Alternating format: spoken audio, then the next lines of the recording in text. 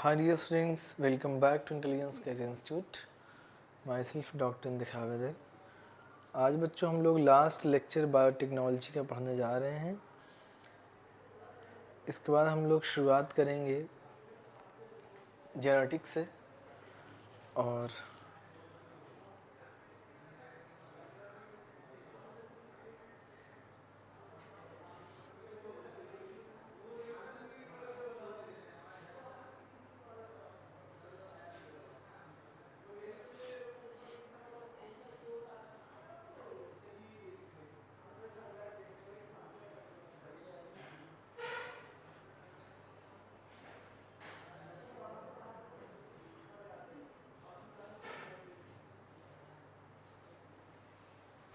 बहुत fast join करिए बच्चों.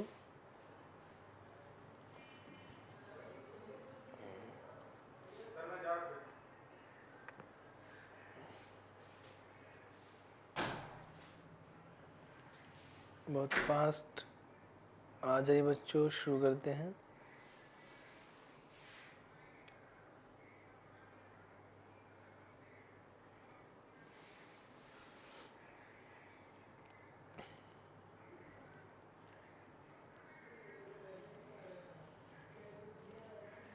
आ जाइए बच्चों, बहुत फास्ट ज्वाइन करिए.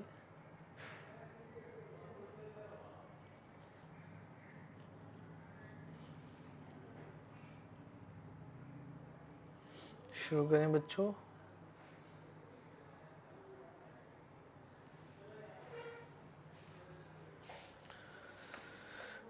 चलिए शुरू करते हैं हम लोग. आज पढ़ते हैं मॉलिक्यूलर डायग्नोसिस. आज का लास्ट लेक्चर जो हमें पढ़ना था बायोटेक्नोलॉजी का लास्ट लेक्चर है बच्चों. कल आप लोगों की क्लास होगी.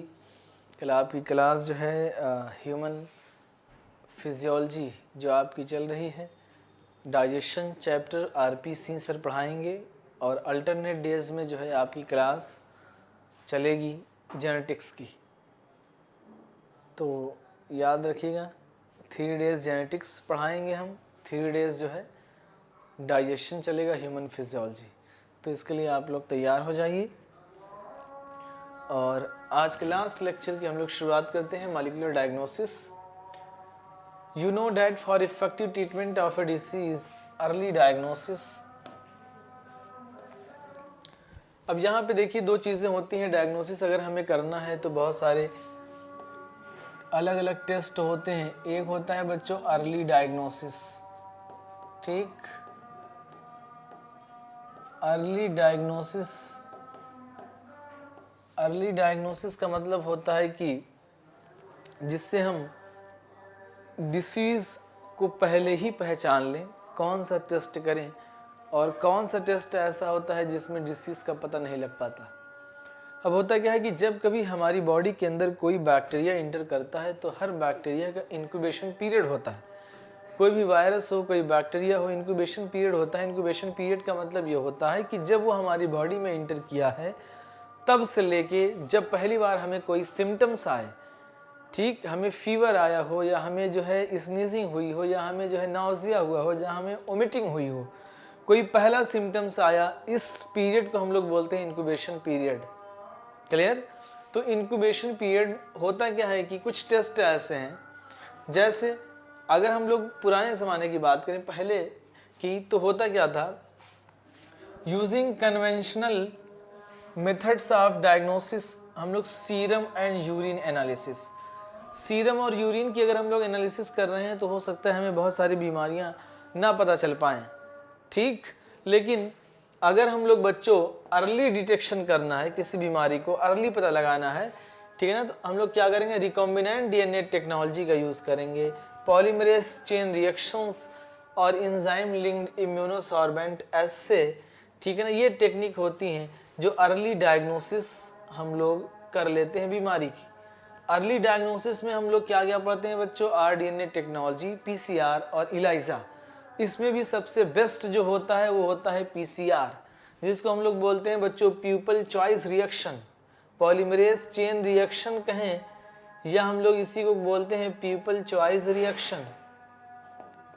याद आ रहा है बच्चों, pupil choice reaction, pupil choice reaction.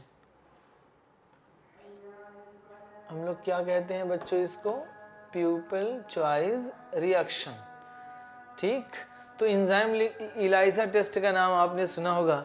Elijah test enzyme linked immunosorbent assay. बहुत सारे बच्चे गायब हैं, कोई बात नहीं, आप लोग करिए ना करिए, जो है जैसे भी मन हो पढ़िए। ठीक, तो होता क्या है कि अर्ली डायग्नोसिस के लिए हम लोग 3 टेस्ट करते हैं बच्चों। आरडीएनए टेक्नोलॉजी का हम लोग यूज़ कर सकते हैं। ठीक, और हम लोग क्या कर सकते हैं बच्चों, पीसीआर कर सकते हैं, इलाइजा कर सकते हैं। ठीक है ना। प्रेजेंस ऑफ पैथोजन बैक्टीरिया और viruses is normally suspected only when the pathogen has produced disease और सिम्टम्स। होता क्या है कि नॉर्मली हमें जो है तब पता चलता है जब कोई बैक्टीरिया हमारी बॉडी के अंदर इंटर करता है, जब वो कोई सिम्टम्स प्रोड्यूस होता है, तब हमें लगता है कि हमें जो है फला बैक्टीरिया का इन्फेक्शन हो गया है या किसी ना किसी चीज़ का इन्फेक्शन हमें हो गया है। लेकिन पीसीआर जो है करने से क्या होता है, पीसीआर में अगर बैक्टीरिया आपके अंदर पहुंच चुका है, इंक्यूबेशन पीरियड में है, उसने इन्फेक्शन नहीं किया है, सिम्टम्स अपीयर नहीं हुए हैं, तब भी पीसीआर से हम पता लगा सकते हैं। तो पीसीआर बहुत ही बेस्ट टेक्निक है। ठीक है ना। पीसीआर अर्ली डायग्नोसिस के लिए है, बहुत ही बेस्ट है। जब बैक्टीरिया हमारी बॉडी के अंदर इंटर तो कर चुका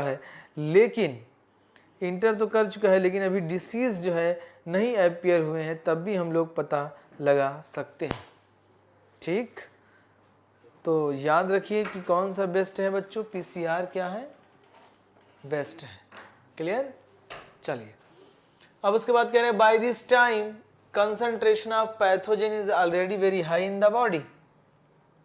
ठीक, however very low concentration of a bacteria or virus at time when the symptoms of the disease not yet visible can be detected by the amplifications of nucleic acid by PCR. PCR से हम लोग क्या करते हैं बच्चों, 3 step था, याद आ रहा होगा आप लोगों को। डेट याद आ रहा है, डेट, डिनेचुरेशंस, एनिलिंग, टैग पॉलीमरेज का यूज़ करते थे हम लोग, एक्सटेंशन 1 बिलियन कॉपीज हम लोग बना लेते थे। ठीक है ना। ठीक, अब PCR is now routinely use to detect HIV in suspected AIDS patient में हम लोग कर सकते हैं। कैंसर का डिटेक्शन करना है, कोई म्यूटेशंस डिटेक्ट करना है, हम लोग पीसीआर कर सकते हैं। ठीक है ना। Powerful technique to identify many other genetic disorder. बहुत सारे जेनेटिक डिसऑर्डर ऐसे हैं जिसको हमें पता लगाना है, तो हम लोग पीसीआर की हेल्प से पता लगा सकते हैं। वालेकुम अस्सलाम बच्चों, वालेकुम अस्सलाम बच्चों, आप लोग थे कहाँ, इतनी देर से क्लास चल रही है, बहुत सारे बच्चे गायब हैं। जो है ये क्या शो कर रहे हो आप लोग, पढ़ना नहीं है क्या है, जो है कुछ समझ नहीं आ रहा है।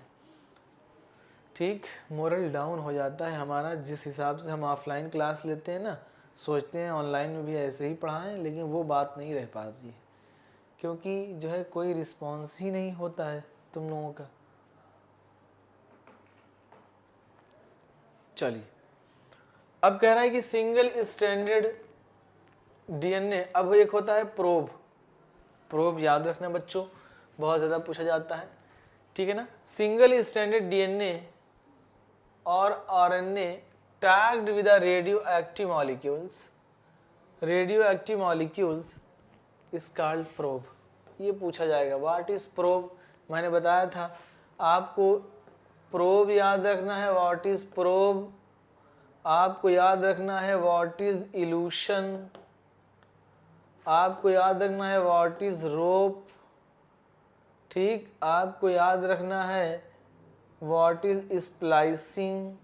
ये सब छोटे छोटे पॉइंट हैं जो आपको याद रखना है। ठीक है। What is spooling, what is spooling, ये छोटे छोटे पॉइंट जो है आपको याद रखना है, मैं पिछले लेक्चर में मैंने बताया था। ठीक, allowed to hybridize to its complementary DNA in a clone cells followed by detections by using auto radiography. अब ऑटो रेडियोग्राफी क्या होती है बच्चों, ऑटो रेडियोग्राफी में हम लोग यूज करते हैं,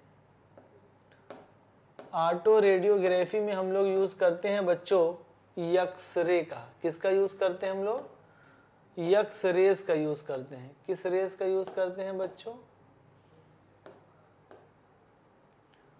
ऑटो रेडियोग्राफी में हम लोग यूज करते हैं एक्स-रे का। किसका यूज करते हैं बच्चों, एक्स-रे का। यक्स रे, क्योंकि हम लोगों ने क्या किया बच्चों, ये मान लीजिए एक कॉलोनी बनी, एक कॉलोनी ये बनी, एक कॉलोनी ये बनी। अब इसके अंदर अगर सिंपल डीएनए के मॉलिक्यूल्स पड़े हुए हैं तो हम तो ऑटो रेडियोग्राफी इसके ऊपर एक्सरेज डालेंगे तो हम तो चेक नहीं कर पाएंगे कौन सा डीएनए है। लेकिन यहाँ पे क्या है कि हमने डीएनए के अंदर रेडियो एक्टिव मॉलिक्यूल्स लगा दिए हैं। क्या लगा दिए हैं बच्चों? रेडियो एक्टिव मॉलिक्यूल्स ये हमने लगा दिए हैं। अब इस पर अगर हम लोग एक्सरे डाल रहे हैं तो एक्सरे डालने से क्या होगा कि वहाँ से अल्फ़ा बीटा रे गामा रेज निकलेंगी। जब वहाँ पे रेज निकलेंगी तो हम इजीली डिटेक्ट कर पाएंगे कि जो है, हम इजीली डिटेक्ट कर पाएंगे उसको कि हाँ वाकई यहाँ पे क्या है बच्चों, रेडियो एक्टिव मॉलिक्यूल्स का डीएनए है। डीएनए को हम लोग इजीली डिटेक्ट कर सकते हैं।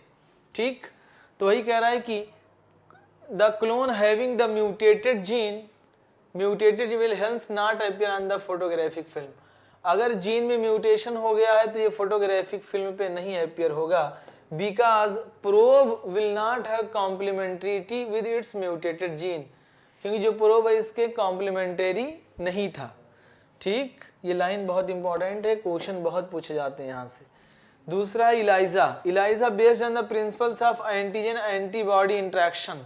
अब इलाइजा टेस्ट में क्या होता है बच्चों कि ये बहुत लंबा टेस्ट है, MBBS में बहुत अच्छे से पूछा जाता है कि ये इस तरीके से हम लोग टेस्ट करते हैं।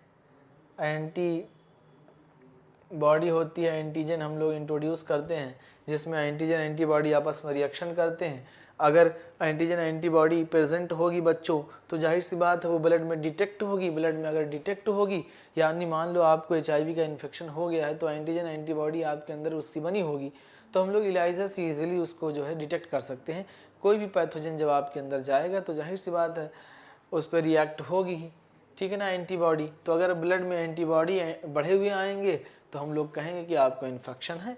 तो interaction of infection by pathogen can be detected by the presence of antigen proteins, glycoproteins or detecting the antibody synthesized against the pathogen।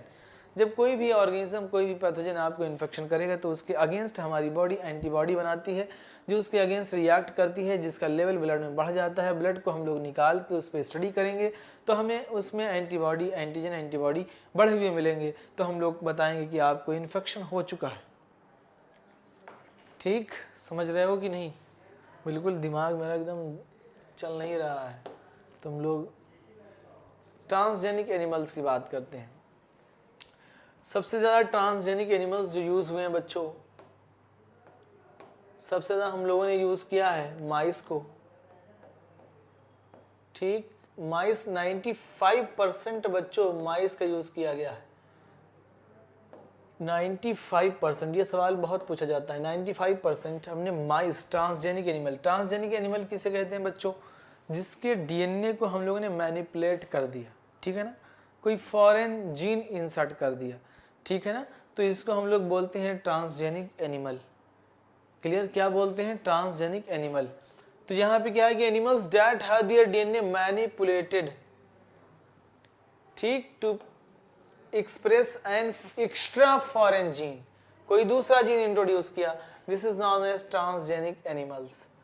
Transgenic rats, rat, rabbit, pig, sheep, cows and fish have been produced, although over 95% of all existing transgenic animals are mice। याद रखना बच्चों, mice। Why are these animals are being produced? अब इसको हम लोग क्यों produce करते हैं बच्चों? क्या फ़ायदा है हमें? क्या जो है होता है? इसमें होता क्या है कि मान लीजिए किसी भी वैक्सीन हो, कोई ड्रग हो, कोई भी चीज़ें हों, हम लोगों को जब डिस्कवरी करनी होती है तो हम लोग क्या करते हैं, पार्टिकुलर ऑर्गेनिज्म का इन्फेक्शन, इस जो है रैट हो गया, माइस हो गया, इसके अंदर इन्फेक्शन कराते हैं, फिर हम लोग इस ड्रग का इस पे यूज़ करते हैं। अगर ये माइस इस ड्रग से ठीक हो गया तो हम लोग फिर यही एक्सपेरिमेंट दोबारा, सबसे पहले हम लोग ये एक्सपेरिमेंट किस पे करते हैं बच्चों? माइस पे करते हैं। देन हम लोग यही एक्सपेरिमेंट बच्चों जो है मंकी पे करते हैं, मंकी पे करते हैं। देन हम लोग यही एक्सपेरिमेंट बच्चों हम लोग ह्यूमन पे करते हैं। किस पे करते हैं? ह्यूमन पे। अब यहाँ पे माइस का यूज क्यों किया गया? पहले बच्चों मंकी के डायरेक्ट मंकी के ऊपर यूज करते थे, ठीक है ना, तो मंकी को भी हमें सेव रखना है, इसकी भी पॉपुलेशन कम होती दिखी, तो हम लोगों ने माइस का यूज कर लिया। माइस में भी 90% 90 to 95% जो है हमारी तरह जो जीन्स होते हैं वो मैच करते हैं, हमारी तरह बिल्कुल वो मैच करते हुए दिखते हैं। इसी वजह से हम लोग सबसे ज़्यादा यूज़ करते हैं माइस का, मंकी देन ह्यूमन। अगर माइस पे सफल रहा एक्सपेरिमेंट तो हम लोग यूज़ करते हैं मंकी को, अगर मंकी पे सफल रहा तो हम लोग यूज़ करते हैं ह्यूमन को। क्लियर? क्योंकि ह्यूमन को भी बचाना है ना, सोचिए ये सब किस लिए काम आते हैं। इसके बाद हम लोग पढ़ते हैं बच्चों कि normal physiology and development. Transgenic animals can be specifically designed to allow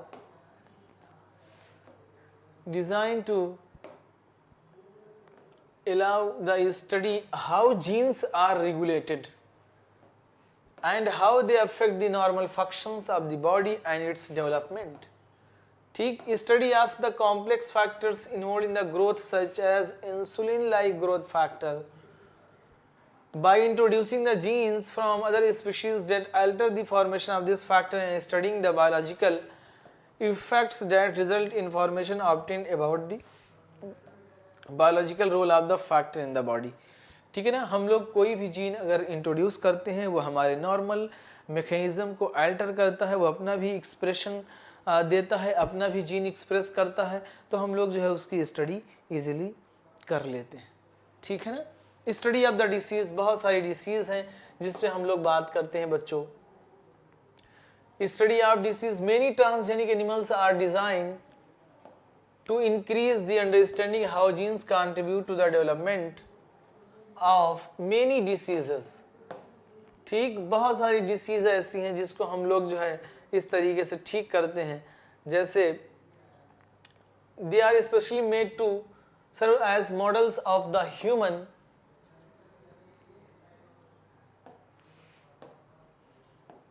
models for human disease so that investigations, new treatment of the disease is made। अब transgenic model exist for many human diseases such as cancer, cystic fibrosis, rheumatoid arthritis and Alzheimer disease में हम लोग जो है transgenic model को use करके इन सब बीमारियों को भी हम लोग ट्रीट करते हैं। कैंसर हो गया, सिस्टिक फाइब्रोसिस हो गया, रूमेटॉइड आर्थराइटिस, अल्जाइमर हो गया, ठीक है ना, ऑटो इम्यून डिसऑर्डर हैं, रूमेटॉइड आर्थराइटिस RA, ठीक है ना, जिसमें जॉइंट में पेन होता है, डिफॉर्मिटी होती है, ठीक, पेन होता है, डिफॉर्मिटी होती है, स्वेलिंग आ जाती है, ये सब जो है फीचर्स होते हैं। क्लियर? अब biological products, medicines are required to treat certain, इसी ट्रांसजेनिक एनिमल को हम लोग यूज करके जो है बायोलॉजिकल प्रोडक्ट्स बनाते हैं। अब बायोलॉजिकल प्रोडक्ट्स में जैसे आपने इंसुलिन बनाई थी, याद आ रहा है बच्चों, इंसुलिन आपने बनाई, इंसुलिन का प्रोडक्शन हम लोग कर सकते हैं। लिली अमेरिकन कंपनी 1983, तो हम लोग इंसुलिन का प्रोडक्शन कर रहे हैं बैक्टीरिया का यूज करके, बहुत ज्यादा इंसुलिन बना रहे हैं, मार्केट में रिलीज कर रहे हैं, है ना, to treat human disease certain biological products, but such products are often expensive to make. Transgenic animals that produce useful biological products can be created by the introductions of the portion of the DNA or genes। मान लीजिए ये DNA है बच्चों, ये insulin बनाने वाला gene था, insulin बनाने वाले जीन को मैंने निकाल लिया, अब इंसुलिन बनाने वाले जीन को मैंने इंट्रोड्यूस कर दिया बैक्टीरिया के अंदर, ये बैक्टीरिया के अंदर जाएगा, बैक्टीरिया के अंदर मल्टीप्लाइकेशन होगा, इसका नंबर बढ़ेगा, तो हम लोग इससे जो है इंसुलिन बाद में निकाल लेंगे। ठीक, और हम लोग क्या कर सकते हैं, हम लोग बच्चों अल्फा-1 एंटीट्रिप्सिन एंजाइम की डिफिशिएंसी हो रही है, आपने पढ़ा होगा अल्फा-1 एंटीट्रिप्सिन एंजाइम की डिफिशिएंसी हो रही है, such as 1 alpha one antitrypsin used to treat emphysema. Emphysema क्या होता है, इम्फाइसेमा में क्या होता है, परमानेंट लिख लीजिएगा बच्चों, permanent enlargement of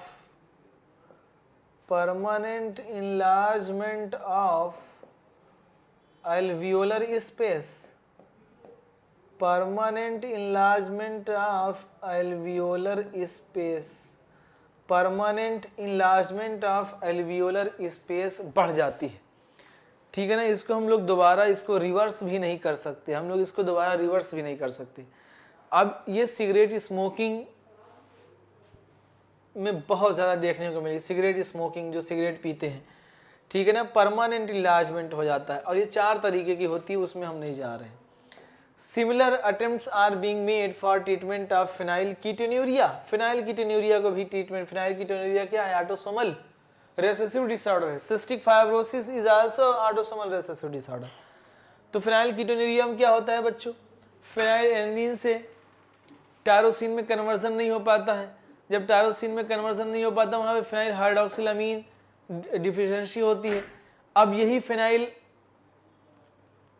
alanine convert होता है फिनाइल पायरुविक एसिड में, ये ब्रेन में जाके एक्युमुलेट होता है, किडनी में एक्युमुलेट होता है, मेंटल रिटार्डेशन होता है, तो ये सारी बीमारियां होना शुरू हो जाती हैं। हमें जेनेटिक्स में पढ़ाया था, अगर याद आ रहा हो, जेनेटिक्स में पढ़ाया था ना बच्चों। अब ठीक ठाक बच्चे आए हैं थोड़ा सा, अब पढ़ाने में मन लगेगा। बताओ फटाफट, पढ़ाया था फिनाइल कीटोन्यूरिया? नहीं पढ़ाया था, ऑटोसोमल रिसेसिव डिसऑर्डर है। ठीक, इन 1997 फर्स्ट ट्रांसजेनिक काउ रोजी produce human protein rich milk 2.4 grams पर लीटर, यानी 1 लीटर में बच्चों ट्रांसजेनिक काउ थी। ट्रांसजेनिक काउ का मतलब होता है कि बढ़िया काउ बनाई गई, जिसमें जो है प्रोटीन देखिए कितनी ज्यादा मिल रही है हम लोगों को, 2.4 ग्राम्स पर लीटर, 1 लीटर में जो है 2.4 ग्राम्स। क्या नाम था बच्चों? रोजी काउ नाम था, रोजी, लड़कियों का नाम है ना, लड़कियों जैसा नाम है Rosie. The milk contained human alpha lactalbumin, human alpha lactalbumin ज्यादा था, and was nutritionally more balance products for human babies than natural cow milk.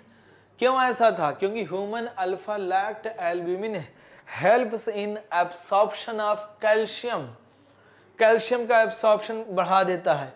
अगर ह्यूमन लैक्ट एल्ब्यूमिन कैल्शियम का एब्सॉर्प्शन बढ़ा देता है तो बच्चे की बोन की ग्रोथ होती है। क्या होती है? बच्चों में बोन की ग्रोथ अच्छी होती है।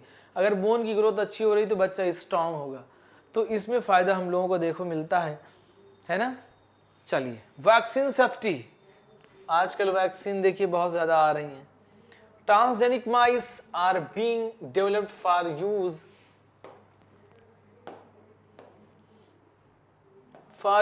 in testing of the safety vaccines before they are used on humans। तो अब देखिए, सबसे पहले हम लोग कोई भी होता है बच्चों किस पे यूज करते हैं? माइस के ऊपर एक्सपेरिमेंट करते हैं। देन हम लोग बच्चों मंकी के ऊपर करते हैं। किसके ऊपर करते हैं? मंकी के ऊपर करते हैं। ठीक, उसके बाद हम लोग किस पे करते हैं बच्चों? मंकी के बाद हम लोग ह्यूमन के ऊपर करते हैं। किस पे करते हैं? ह्यूमन। क्लियर? तो माइस, मंकी, ह्यूमन, MMH याद रहेगा, माइस, मंकी, ह्यूमन। क्लियर बच्चों? चलिए अगला, chemical safety testing. This is known as toxicity और safety testing. Procedure is the same as that used for testing toxicity of the drugs. Transgenic animals are made that carry genes which make them more sensitive to toxic substance, or non-transgenic animals, they are exposed to the toxic substance and effects studied. Toxicity testing animals will allow to obtain the result in less time। ठीक, अब जैसे मान लीजिए कोई vaccine ही, यही corona की vaccine आ रही है आजकल, कोरोना की वैक्सीन मान लीजिए इन्फेक्शन कर दिया किसी को, तो वो क्या हम लोग यूज़ करेंगे किसी के ऊपर? नहीं करेंगे ना, तो हम लोग उसको रोक दिया जाएगा कि भैया ये किसी के ऊपर यूज़ ना करो, ये सेफ्टी नहीं है इसमें, ये अच्छी नहीं है ना, उसको वहीं पे रोक दिया जाएगा। ठीक, चलिए लास्ट पार्ट हम लोग, last chapter, last part biotech का ख़त्म करते हैं, इथिकल इश्यूज़। ठीक, इथिकल इश्यूज़ भी बहुत ही आसान है। हुआ क्या कि जो है, जब बहुत सारे प्रोडक्ट हमारे यहाँ के जो है हम लोग पढ़ेंगे कि manipulations of the living organism by the human race can not go on any further without regulation. Some ethical standards are required to evaluate the mortality of all human activities that might help or harm living organism. सही है, बहुत सारी चीज़ें फ़ायदेमंद हैं, harmful भी हैं। Going beyond the morality of such issues, the biological significance of such thing is also important. Genetic modification of organisms can be unpredictable results when such organisms are introduced in the ecosystem. जाहिर सी बात है, GMO यानी genetically modified organism, हम लोग plant को modified कर सकते हैं, बैक्टीरिया को कर सकते हैं, फंगस को कर सकते हैं। जेनेटिकली मॉडिफाइड ऑर्गेनिज्म का एक घाटा हमारा ये है कि जब हम लोग इसको अपने इन्वायरमेंट में इंट्रोड्यूस करेंगे तो जो बायोलॉजिकल नेचुरल जो है रेसिस्टेंट चीज़ें हैं उस पर अफेक्ट पड़ेगा।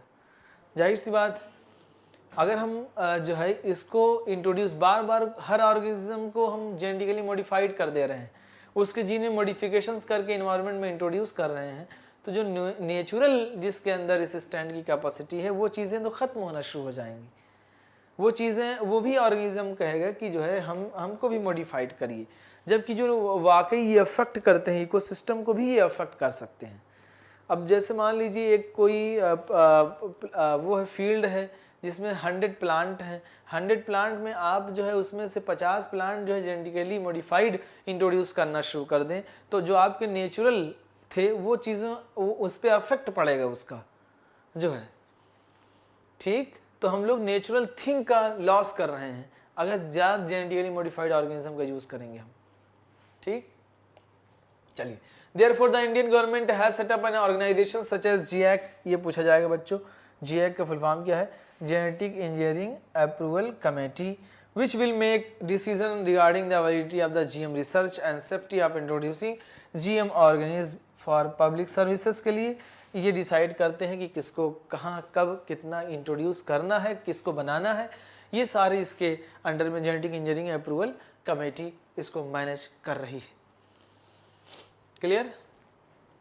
चलिए, modification uses of the living organism public service as a food हो गया, मेडिसिन हो गया, has also created problems with the patent granted for the same, patents granted for. अब इसमें क्या है कि अब इसमें कह रहे हैं कि बहुत सारे लोग ऐसे हैं जो हमारे यहाँ की बहुत सारी चीज़ें, अब इसमें यही है कि बहुत सारी चीज़ें ऐसी हैं जो हमारे इंडिया में पाई जाती थी, बहुत सारे लोग अपने यहाँ लेके चले गए, पेटेंट करवा लिए कि ये जो है हमारी चीज़ें हैं। मैं एक कहानी आपको बताऊं, इससे ये पैराग्राफ आपको बिल्कुल समझ में आएगा।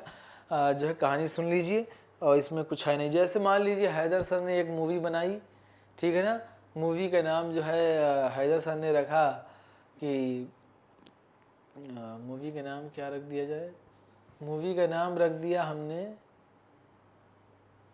बताओ कोई अच्छा सा नाम, अच्छा सा नाम बताओ बच्चों। एक मूवी हैदर सर ने मान लो निकाला और मूवी का नाम रख दिया हैदर, चलो मूवी का नाम ही हैदर है।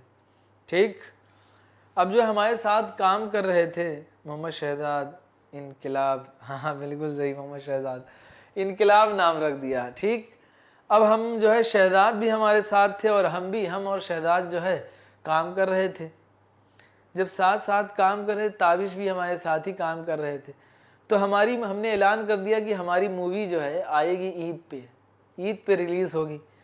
और जो है शहजाद साहब ने क्या किया कि उस ईद के पहले ही इन्होंने कुछ कंटेंट हमारे जो है चोरी करके रिलीज़ कर दिया। ठीक, अब इन्होंने बगैर हमसे पूछे जो है मूवी रिलीज़ कर दी और कह रहे हैं कि ये मूवी हमने बनाई है। तो अब हम क्या करेंगे बताओ शहजाद के ऊपर? अब शहजाद के ऊपर हम तो केस करेंगे कि भैया केस करो, ये मूवी हमारी थी, कैसे तुमने अपनी कर लिया। ठीक, तो बिल्कुल यही होने वाला है, हम लोग जो पढ़ने जा रहे हैं यही होने वाला है कि बहुत सारी चीज़ें हमारे यहाँ की लोग चोरी करके लेके चले गए, अपने यहाँ कह रहे हैं वो हमारी है, बाद में हम लोगों ने कहा कि नहीं वो हमारी है। ठीक, जैसे देखिए, growing public anger that certain companies are being granted patents for products and technologies that make use for the genetic materials, plants and other biological resources that have long been identified. ठीक, बहुत सारे लोग कह रहे हैं वो हमारी है, जो हम लोग यूज कर रहे थे बहुत पहले से। ठीक, करेंगे मूवी आपके साथ, नहीं तुम मूवी का मतलब तुम डायरेक्टर थे, चलो ठीक। Developed and used by the farmers in ठीक है ना, for specific region of the country. अब जैसे राइस देखो, rice is important food grain, presence of which goes back thousands of years Asian agriculture history में हम लोग अगर जाएं तो there are estimated 2 lakh varieties of rice. कितनी वैरायटीज बच्चों? 2 लाख वैरायटीज राइस के हम लोगों को मिलेंगी in India alone. The diversity of the rice in India richest in the world, ठीक है ना, richest in the world. Basmati rice distinct for unique aroma flavour और 27 documented varieties of the basmati are grown in India. 27 documented varieties of basmati जो है हमारे यहाँ grow हो रही हैं, ठीक है ना। In difference of the basmati ancient text folklore and poetry has grown for centuries. In 1997 हमारे यहाँ जो है 27 डॉक्यूमेंटेड वैरायटीज हैं बासमती की। सबसे बढ़िया चावल होता है, बेहतरीन खुशबू होती है इसकी, तो ये जो है हमारे यहाँ ग्रोन हो रही है, ठीक। तो हुआ क्या कि यहाँ पे जो है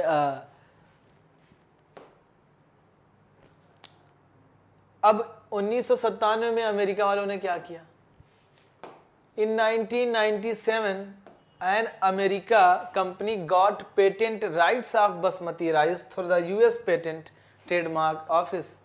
इन्होंने जो है बच्चों कहा कि ये चीज़ें जो है बासमती की नई वैरायटी तेसमती बनाई, ठीक है ना। इसको बनाने के बाद कहा कि ये वैरायटी हमारे यहाँ की है। फिर हम लोगों ने केस किया उनके ऊपर, फिर हमको ये मिली। Allowed to the company to sell new variety of basmati US and abroad. This new variety of the basmati had actually been drive from Indian farmers varieties.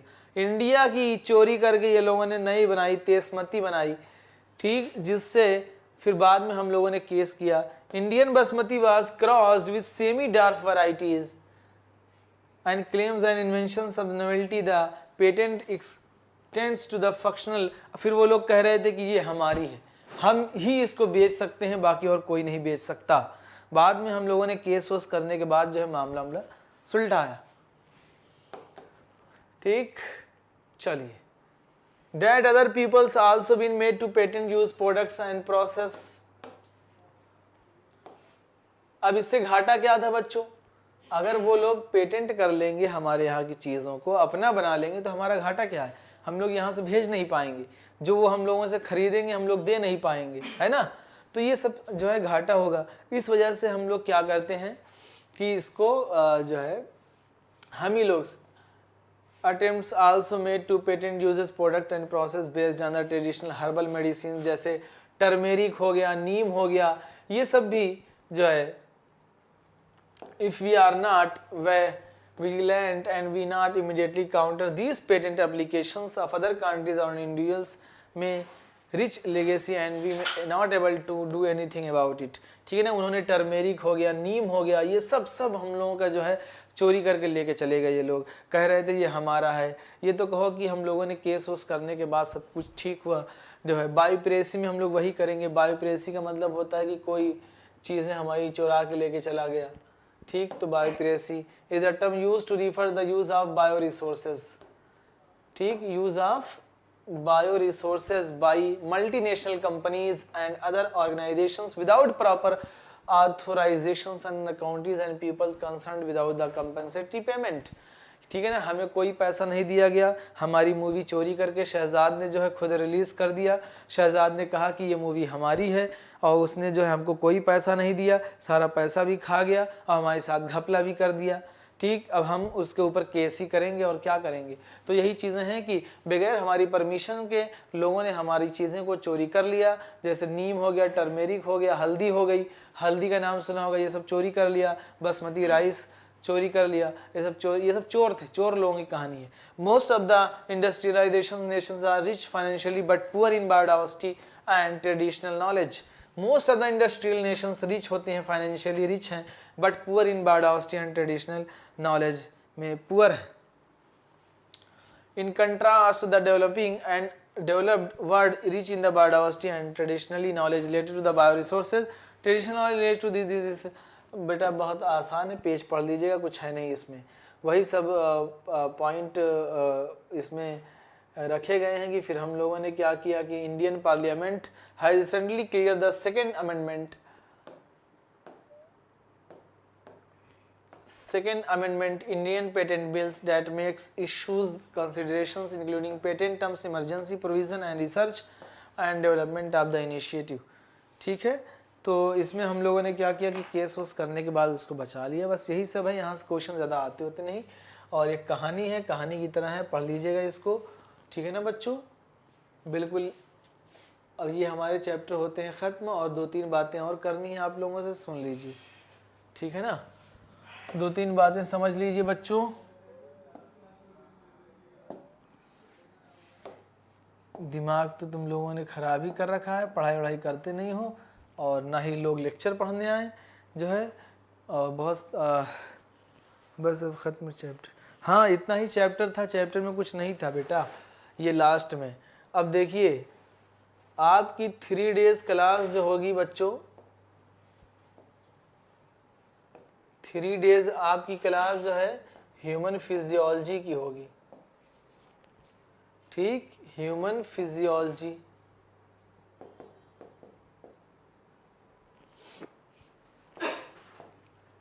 और 3 डेज आपकी क्लास जेनेटिक्स की होगी। अब इसके बाद जेनेटिक्स शुरू करने जा रहे हैं बच्चों, जेनेटिक्स पढ़ाएंगे।